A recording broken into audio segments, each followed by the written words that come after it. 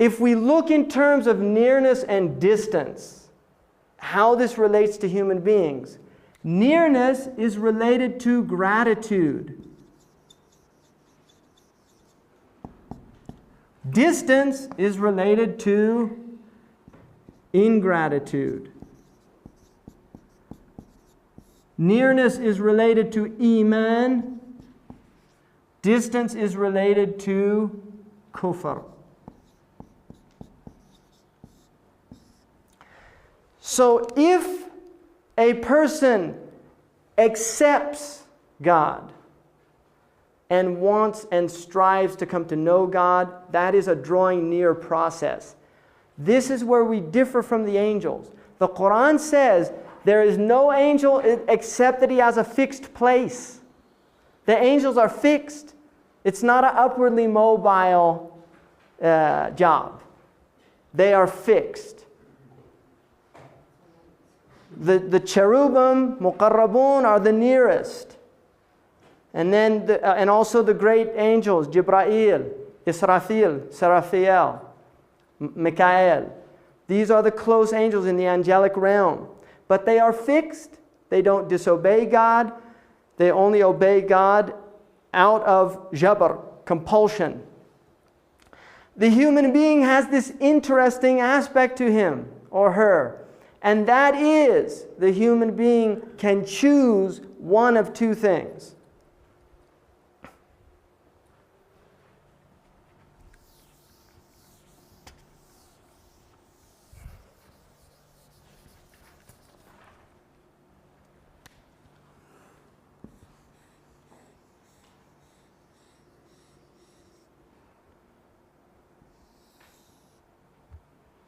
This is where we begin our journey. The Quran talks about two phenomena. One is called darajat, which are upwardly. Darajat means stairs moving up, Jacob's ladder. Darakat are stairs moving down. Darakat are easy. Darajat are hard. And the difference between them is the jim letter and the ka letter. The jim letter in the Arabic science of the letters is a shidda letter. It's a hard letter. The ka doesn't have the same shidda, doesn't have the same hardness. An individual at this point, as a child, it is born according to the Muslims in what's called the fitra nature, which is submission. The very first state of the child before the NEFS begins to develop, and I'm going to explain the NEFS. The very first state of the human being is submission. There is a famous teacher from Morocco. One of his students asked him, how do we come to God? How do we arrive to God? He went upstairs and he came down with a newborn. And he said, until you're like this, you don't arrive to God. Right? Until you're like this, you don't arrive to God. The idea is until you are helpless before God, until you recognize what your human attributes are in relation to the divine attributes. Because we are godlike. You see, the human being is godlike. You know, Shakespeare's idea of the paragon of animals. Right? How like a god, this human being. This form, the symmetry, the will, the volition, the power, the sense of independence, the ability to transform, the creative capacity within the human being. The human being is godlike. But this is delusional because he is only godlike in relation to creation. When the human being relates himself to the Creator, he becomes the most pathetic of creatures. He becomes the most helpless of creatures, the most incapacitated. We can't survive for a few minutes without air. There was once a Buddhist monk he was a master, had his student came to him and he said, I want to achieve enlightenment. He said, the first thing you have to do is learn how to breathe. He said, well, I know how to do that. I've been breathing all my life. He said, no, you have to learn how to be conscious of your breath. He said, why should I learn how to be conscious of my breath? So he had some of his students take him to a river next to the monastery and hold him under. And then brought him up. And he said, now do you know why? In other words, we forget how quickly we can lose our breath, how quickly we can become helpless, because we feel this sense of independence. And until we start becoming aware of our weaknesses, our inherent weaknesses, the most subtle is breath itself, because we are one breath away from death. Literally one breath away from death. So the fitra nature is that a child is in submission to God. As the nafs begins to develop, the first nafs that shows up, and nafs here is a very important word in the Islamic tradition. And I'll just go through a little bit in the semantic field of nafs. The root word is again nafasa. You have it in Hebrew also, nefesh. Nefesh is breath or spirit. And also, interestingly enough, psyche in Greek, same meaning, spirit, nefesh, to breathe. It's related to breath, right? Nefes has two, at its base root, it has two meanings. Nefisa and nefusa. All you do is change a vowel.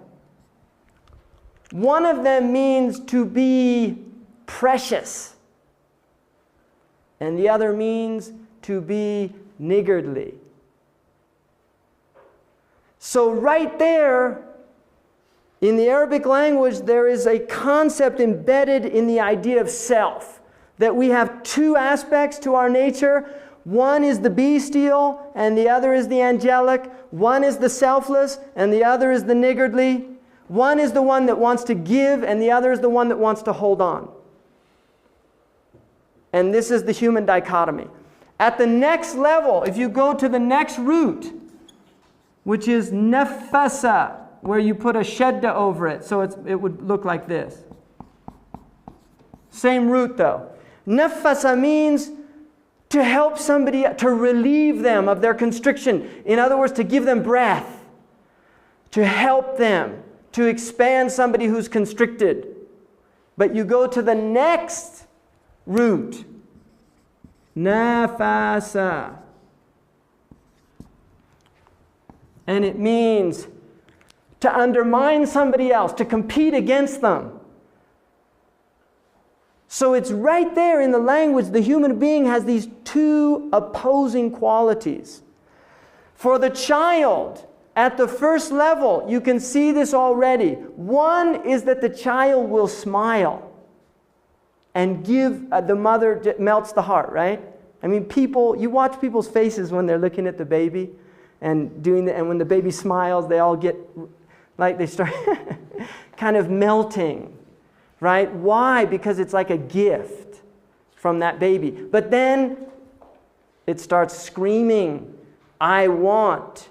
So right there in the baby, we begin to see the emergence of the dual nature. And we see it through childhood. I mean, I have a 5 and a 3-year-old, and you can see them moving between these two states. This amazing state of wanting to give, wanting to share, and then this other state of wanting to hold on, I'm not going to share. Right? Negation, affirmation. The world is negation, the next world is affirmation. Negating the world, affirming God. This is the human being. We are negators and affirmers, but if we get it wrong, what we should be negating and affirming, we go into trouble. So the first nafs is called nafs al-amara. And there's an interesting book by Robert Bly, for people that like him. Some people can't stand him, but I like him. There's a book he wrote called The Sibling Society, which is about modern America. Because he's got this idea that Americans are turning into big babies, right? That they've lost this kind of sense of moving into maturity. And he uses the Islamic model of saying that many of us have become this nafs al-amara. Amara means the commanding self. It is the self that is commanding us to do things that we shouldn't do. And if we submit to that self, we become a slave of our passions. And this in the Arabic language is called abd. The Prophet said, wretched is the slave of the dinar and the dirham, of gold and silver. Wretched is the slave of his clothes. Wretched is the slave of his riding beast. People that become slaves of stuff, of the world. So nafs al-amara is the commanding self. Now the next move up is called nafs al-lawama. This is the blaming self, the reproachful self. The self is moving out of its abject nature. And it's beginning to recognize a type of moral imperative. The nafs is still doing wrong, but it's saying, I shouldn't be doing this. And this is consciousness. This is moving out of a completely bestial state and into a state now where there is a tension between the bestial and the angelic nature of the human being. And this is best related to the idea of Adam alayhi salam being created from earth and water. Water is a purifying element by its nature. Water in many traditions is related to consciousness. If you go into the Chinese tradition, water is related to consciousness. The element of water itself. Earth is density. Now, water allows light through. Light can penetrate water, but light does not penetrate earth. So the human being is mixed with these two admixtures of earth and water. That we have one aspect of ourselves does not want to let the light through and another does. And this is where you go into the nafs al-lawama. The reproachful self. You shouldn't have done that. Right? And this is I mean, some people have, modern people have put this into the idea of the id and the ego, and then the superego. You know, the id is more like the nafs al-amara, the compulsive self. And then the final self is called nafs al-mutma'inna.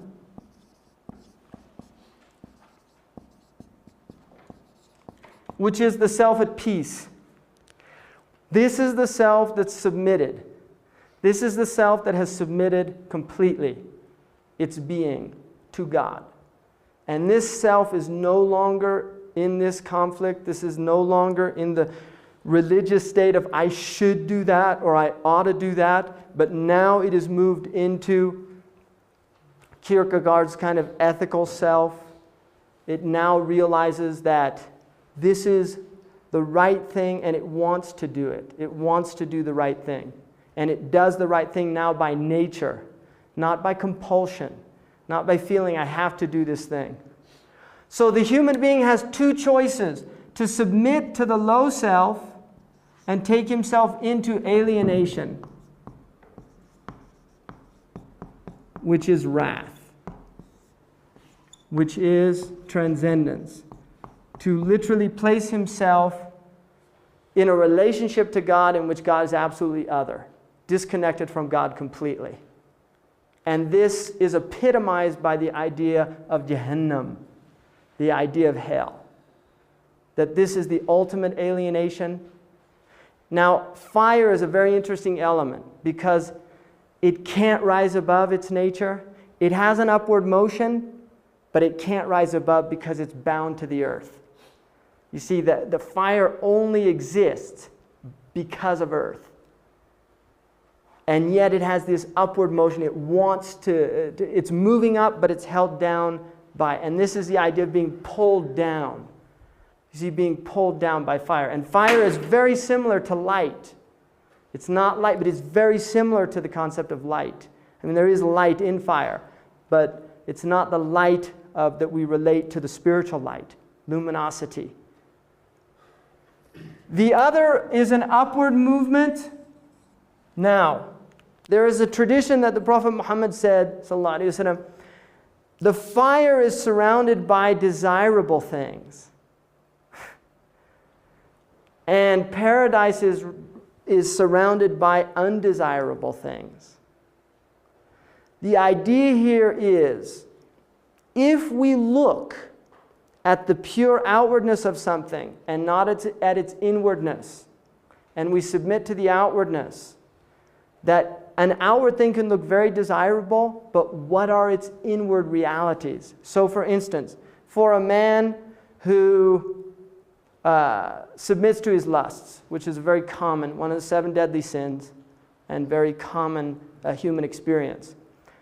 There is something desirable, obviously, for a male and a female to have a sexual relation. At the physical level, it can be very physically stimulating experience. But if we look at it outside of its social context, that desirability might be there. If we begin to place it within a societal context, what are the implications of this act? What are the implications of my sleeping with another person without any social responsibility? Because one pregnancy often can result. So there's an other, there's a third. There's a third that is the result of the act. Also, what is it saying about intimacy in a culture in which the most intimate physical act becomes profane to the degree that it has no emotional content? In other words, there are deep implications to the act itself. If we look at it from its desirability, it's a downward motion. If we look at the aspects that might be less desirable, such as commitment. Commitment is a difficult thing, to make a commitment. There are things that are going to be difficult that relate to it. But what is the inward reality? So outwardly, there are many people in this culture who do not want to commit to marriage because it's undesirable for them. They want to be free. I'm upwardly mobile. I don't want to be tied down. I mean, they see it, tied down. That's undesirable. Footloose and fancy-free. That's how I want to be. What are the long-term effects of that? You see, what are the long-term effects? So outwardly, there are many desirable things, but then inwardly, there are many undesirable things. Just as outwardly, there are many undesirable things, but inwardly, there are many desirable things. So what the Quran, in a sense, really is trying to do is to get people to think deeply about things. And this is why it constantly talks about thinking about the aqibah. What is the long term? What is the subsequent results of the action? So this is in a sense, is a model of human potentiality in terms of its upward movement, and also degradation in terms of its downward movement. Most people are in conflict. Many people are not in conflict. They have submitted completely to this downward motion, and other people are struggling to move up. And some people are moving up. Now, in the modern world, we've become, I think, quite cynical in a lot of ways, but I think the ancients probably had, it was just that there was a sense of this. Even within our Western culture, there was a strong sense of the idea of this upward movement, that it was humanly possible. You know, the dark night of the soul, St. John of the Cross's type of idea that one could really achieve a type of power over the self and have completion and fulfillment in God. I think the difference maybe between that classical model in the Western world and the Islamic model would really probably relate to the idea that the Muslim model is not saying the world is bad. And the reason is because there's something, the world is seen as literally a theater of divine revelation. And the fact that God has made it a revelation means that it can't be bad. But to the degree that God is absent from the world is bad. So in other words, there's two hadiths of the Prophet. One said, the world is green and beautiful, and another one he said, it's like a dead carcass. It's green and beautiful for the one who understands one's place in the world and honors that place and rises up to stewardship and attempts to subdue the self and to be a caretaker. It is a carcass for the one who destroys his soul in the world and thus destroys the world as well. So the